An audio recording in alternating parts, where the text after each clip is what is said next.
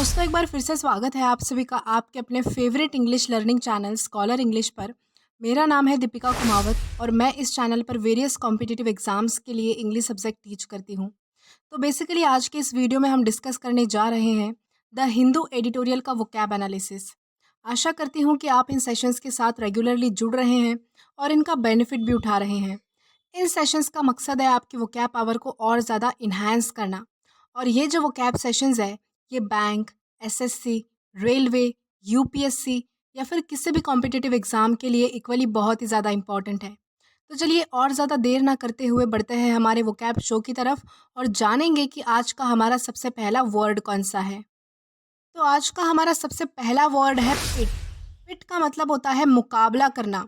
किसी व्यक्ति या फिर किसी चीज़ को संघर्ष या फिर स्पर्धा में खड़ा करना, उसे हम कहेंगे पिट। ये हमारे पास पार्ट्स ऑफ स्पीच में वर्ब है, यानी कि क्रिया है। सिनोनिम इसका होता है सेट अगेंस्ट या फिर compete विथ, यानी कि खिलाफ खड़ा करना या फिर मुकाबला करवाना। इस कॉन्टेक्स्ट में हम जो है वो सेट अगेंस्ट और compete विथ इस सिनोनिम का पिट के अगेंस्ट यूज़ कर सकते हैं। अब हम एग्जाम्पल की मदद से समझेंगे। एग्जाम्पल इसका है two contenders will be pitted against each other, यानी कि दो दावेदार एक दूसरे के खिलाफ खड़े होंगे। इस कॉन्टेक्स्ट में हम जो है वो पिट इस वर्ड का अलग अलग सेंटेंसेस में यूज़ कर पाएंगे। देन इसी के साथ हम आगे चलते हैं हमारे नेक्स्ट वर्ड की तरफ और जानेंगे कि हमारा नेक्स्ट वर्ड कौन सा होता है। देन हमारा अगला वर्ड है स्प्रंग। स्प्रंग का मतलब होता है अचानक होना। जब कोई चीज़ अचानक बिना प्लानिंग के हो जाती है, उसे हम कहेंगे स्प्रंग। ये हमारे पास पार्ट्स ऑफ स्पीच में वर्ब है, यानी कि क्रिया है। सिनोनिम इसका होता है सडनली, यानी कि अचानक। अब एग्जाम्पल देखते हैं। एग्जाम्पल इसका है the surprise birthday party of Reena was plan स्प्रंगली, यानी कि रीना की जो सरप्राइज बर्थडे पार्टी है वो अचानक प्लान की गई थी। इस कॉन्टेक्स्ट में हम जो है वो स्प्रंग इस वर्ड का अलग अलग सेंटेंसेस में यूज़ कर सकते हैं। देन इसी के साथ हम आगे बढ़ेंगे हमारे नेक्स्ट वर्ड की तरफ और जानेंगे कि हमारा नेक्स्ट वर्ड कौन सा है। देन हमारा अगला वर्ड है टॉपल। टॉपल का मतलब होता है निकालना या फिर बाहर कर देना किसी चीज़ को, उसे हम कहेंगे टॉपल। ये हमारे पास पार्ट्स ऑफ स्पीच में वर्ब है, यानी कि क्रिया है। सिनोनिम इसका होता है ओवरथ्रो या फिर डीथ्रोन, यानी कि बाहर करना, निकाल देना, दरख्वास्त करना। एग्जाम्पल इसका है the company toppled several employees, यानी कि कंपनी ने जो है वो कुछ कर्मचारियों को कंपनी से बाहर कर डाला। इस कॉन्टेक्स्ट में हम जो है वो टॉपल इस वर्ड का अलग अलग सेंटेंसेस में यूज़ कर सकते हैं। देन इसी के साथ हम आगे चलेंगे हमारे नेक्स्ट वर्ड की तरफ और जानेंगे कि हमारा नेक्स्ट वर्ड कौन सा है। तो हमारा अगला वर्ड है बेल आउट।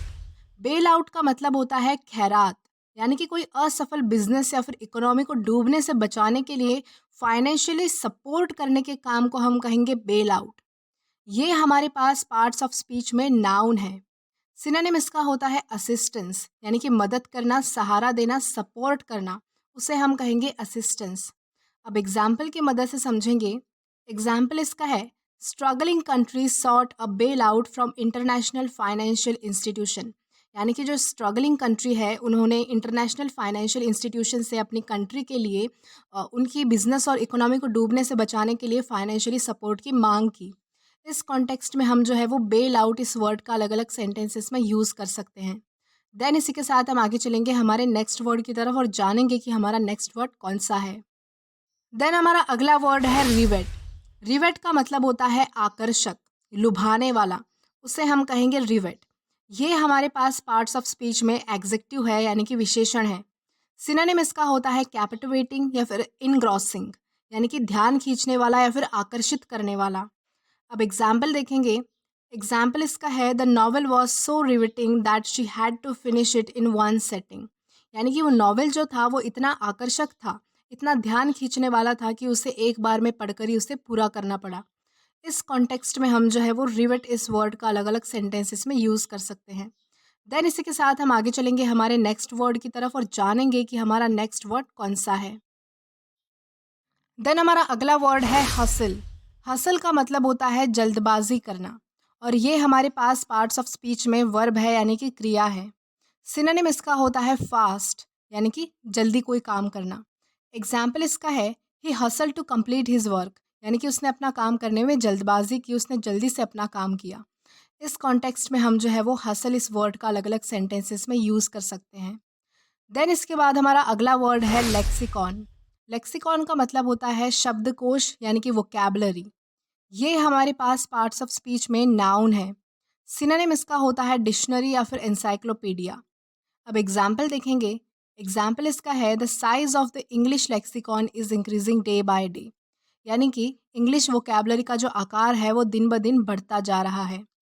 इस कॉन्टेक्स्ट में हम जो है वो लेक्सिकॉन इस वर्ड का अलग अलग सेंटेंसेस में यूज़ कर सकते हैं। देन इसी के साथ हम आगे चलेंगे हमारे नेक्स्ट वर्ड की तरफ और जानेंगे कि हमारा नेक्स्ट वर्ड कौन सा है। देन हमारा नेक्स्ट वर्ड है डॉडर। डॉडर का मतलब होता है लड़खड़ाना और ये हमारे पास पार्ट्स ऑफ स्पीच में वर्ब है यानी कि क्रिया है। सिनोनिम इसका होता है स्टम्बल या फिर अनस्टेडी यानी कि लड़खड़ाना। एग्जाम्पल इसका है the old women doddered from bed to the table. यानी कि एक बूढ़ी औरत बिस्तर से टेबल तक लड़खड़ाती हुई चली गई। इस कॉन्टेक्स्ट में हम जो है वो डॉडर इस वर्ड का अलग अलग सेंटेंसेस में यूज़ कर सकते हैं। देन इसी के साथ हम आगे चलेंगे हमारे नेक्स्ट वर्ड की तरफ। तो हमारा अगला वर्ड है मियरली। मियरली का मतलब होता है सिर्फ और ये हमारे पास पार्ट्स ऑफ स्पीच में एडवर्ब है।